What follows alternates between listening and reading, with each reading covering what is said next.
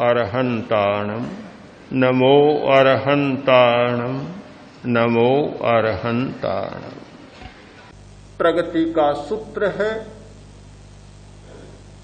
अपनी क्षमताओं को बढ़ाओ, अपनी उपयोगिता को बढ़ाओ, निरंतर उपयोगी बने रहो, देश काल के साथ चलो और उपयोगिता को बढ़ाओ। भगवान महावीर का निर्वाण महोत्सव मनाया जा रहा था। एक पत्रकार आया, बोला 2500 वर्ष बीत गए, अब महावीर का निर्वाण महोत्सव मनाने का क्या अर्थ है? पुरानी बात हो गई, पुरानी कहानी हो गई, क्या होगा? मैंने कहा मैं महावीर को पुराना नहीं मानता।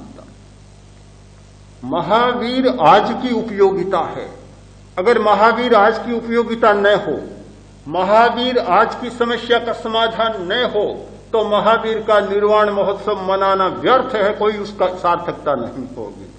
किंतु महावीर पुराने नहीं है, महावीर सद्यस्थ हैं, आज की समस्या का वे समाधान है और आज की सारी अनुपयोगिताओं के बीच सबसे अधिक तैरने वाली वह उपयोगिता है। ये सही बात है, हमें पुराने का मोह नहीं होना चाहिए, हमें किसी का मोह नहीं। जिसकी उपयोगिता समाप्त हो गई उसका भार कोई नहीं ढोता। कपड़ा उपयोगी है, सब लोग पहनते हैं, कपड़ा फट गया, सर्दी को रोकने की क्षमता नहीं, धूप से बचाने की क्षमता नहीं, धूली से बचाने की क्षमता नहीं। कोई भी आदमी फटे कपड़े को इसलिए नहीं पहनता चला जाता कि बेचारे ने इतना काम किया था। हमारी स्वार्थी दुनिया है। इस स्वार्थी दुनिया में अपनी उपयोगिता खो देने वाला कोई व्यक्ति अपना मूल्य बनाए नहीं रख सकता। प्रगति के सूत्र को समझें और अपने उपयोगिता को बराबर बनाए रखें।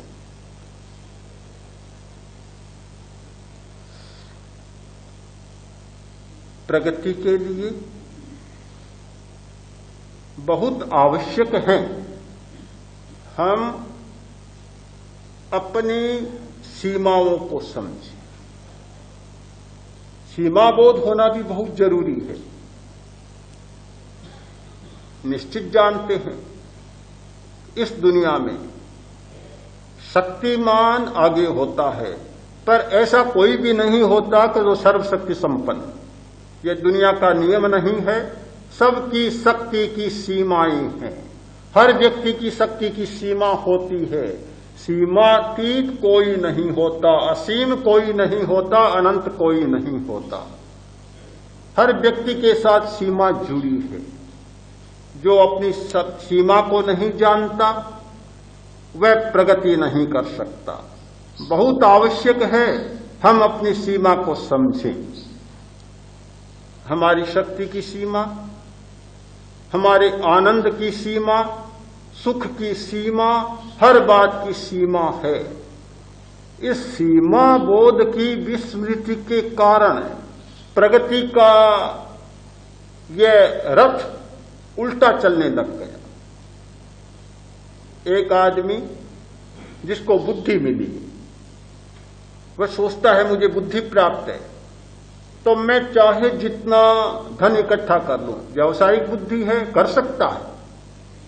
यदि वह इस सीमा को नहीं जानता, एक आदमी ज्यादा धन इकट्ठा करता है और दूसरों को उसका क्या परिणाम भुगतना पड़ता है। इस सीमा बोध के अतिक्रमण का परिणाम होता है क्रांति। इस सीमा बोध के अतिक्रमण का परिणाम होता है युद्ध, संघर्ष और लड़ाई। यदि सभी लोग अपनी सीमा में होते तो आज प्रगति का चक्र बहुत तेजी से घूमने लग जाता। किंतु प्रगति दूसरों के लिए जब प्रतिगति बन जाती है, पिछड़ापन का कारण बन जाता है, तो कठिनाइयां पैदा होती है। कुछ राष्ट्रों को भौगोलिकता के कारण प्राकृतिक संपदा की प्रचुरता प्राप्त है। उन्हें बहुत सुविधाएं आगे बढ़ने की, प्रगति करने की। बुद्धिमान लोगों को धन वैभव कमाने की बहुत सुविधाएं प्राप्त है। एक आदमी एक दिन में 10 लाख, 20 लाख, 50 लाख और 1 करोड़ रुपया कमा लेता है। कितनी सुविधाएं। अभी अभी जूट का व्यवसाय तेजी से चला। एक एक जूट मिल प्रतिदिन 5-5, 7-7, 10-10 लाख रुपए कमा ले। कितने बड़े उद्योगपति बैठे हैं, कितने बड़े उद्योग हैं और कितना अनाप शनाप पैसा कमाए चले जा रहे हैं। हिंदुस्तान की बात छोड़ दें कि जहां कोई बहुत बड़े आदमी नहीं है भी तो इन्हें गिने हैं, किंतु जो विकसित देश है जहां एक दिन में न जाने क्या से क्या हो जाता है, परिणाम क्या होता है? परिणाम यही आ रहा है कि संघर्ष, लड़ाइयां और क्रांतियां, आज सारा संसार एक प्रकार से क्रांति के कगार पर खड़ा है। क्यों खड़ा है? इसीलिए कि बुद्धि का उपयोग सीमा से अतिक्रांत होकर हो रहा है। सीमा होनी चाहिए कि शक्ति है, पर अपने सुख को पाने के लिए दूसरों के सुख में बाधा नहीं पहुंचनी चाहिए। यह भी बुद्धि के साथ जुड़ा हुआ सूत्र रहना चाहिए, किंतु ऐसा जुड़ा हुआ नहीं है। तो बुद्धि का उपयोग होता है, सीमा का अतिक्रमण होता है और लड़ाइयों के लिए, क्रांतियों के लिए मार्ग प्रशस्त हो जाता है।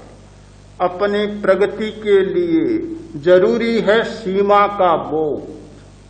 यह सीमा बोध की चेतना हमारी स्पष्ट हो जाए तो फिर प्रगति की रुकावटें भी समाप्त हो जाती है। अन्यथा यह होता है, एक आदमी अपनी शक्ति का उपयोग करता है तो दूसरे के मन में उसके प्रति प्रतिहिंसा की भावना जागती है। यह हिंसा और प्रतिहिंसा, यह क्रिया और प्रतिक्रिया की बात, यह सीमा के अतिक्रमण के द्वारा दुनिया में चल रही है। प्रगति के लिए सीमा बोध को मूल्य दिया जाए। ये सारे मूल्य प्रतिष्ठित होते हैं। ये सारे सूत्र यदि हमारी बुद्धि में बैठते हैं तो मुझे लगता है कि हर मनुष्य के लिए प्रगति का मार्ग प्रशस्त हो जाता है।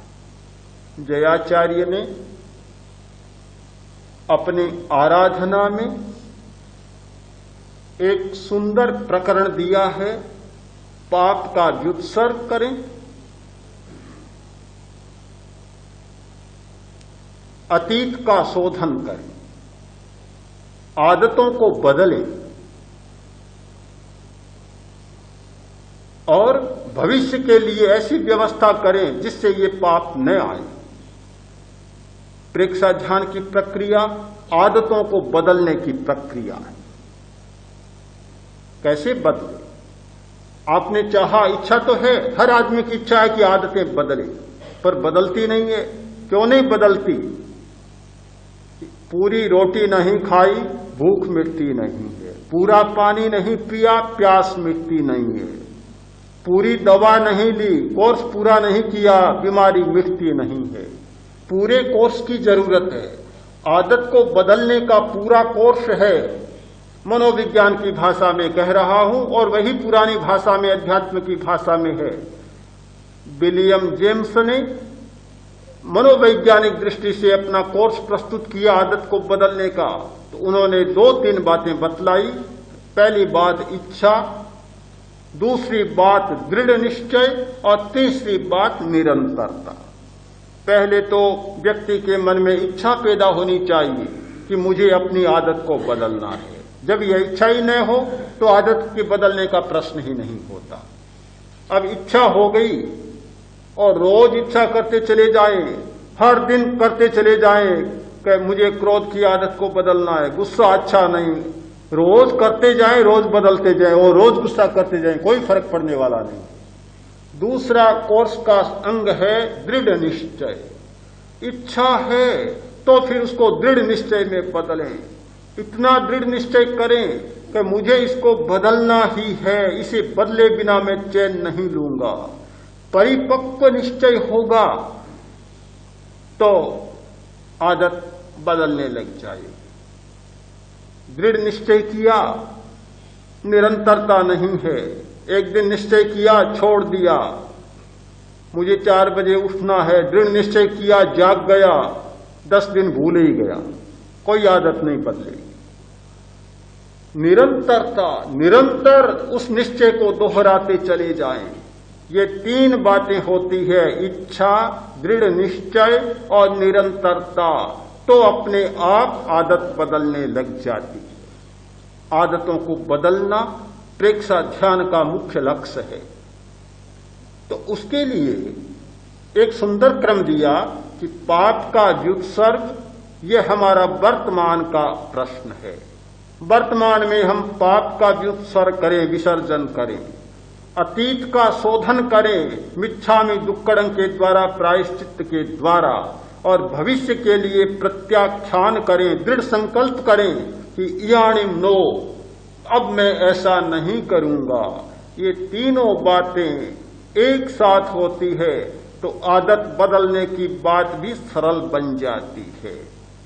इस आराधना में एक ऐसी मानसिक चिकित्सा की पद्धति है, भाषा पुरानी है, आज की मनश्चिकित्सा की भाषा नई है, किंतु पुरानी भाषा को यदि नई भाषा में बदला जाए तो मुझे विश्वास है कि इस आराधना को एक मानसिक चिकित्सा का महाग्रंथ कहा जा सकता। प्रश्न है कि मानसिक चिकित्सा के लिए क्या मंत्र भी उपयोगी है?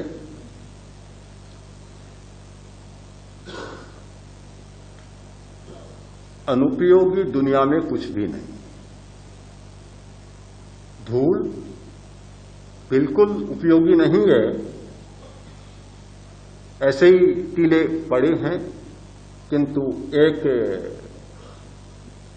टेक्निक हो गई मकान बनाने की, आज धूल का यहां भी मूल्य बढ़ गया और कितने मकान बनाने में काम आने लग गए।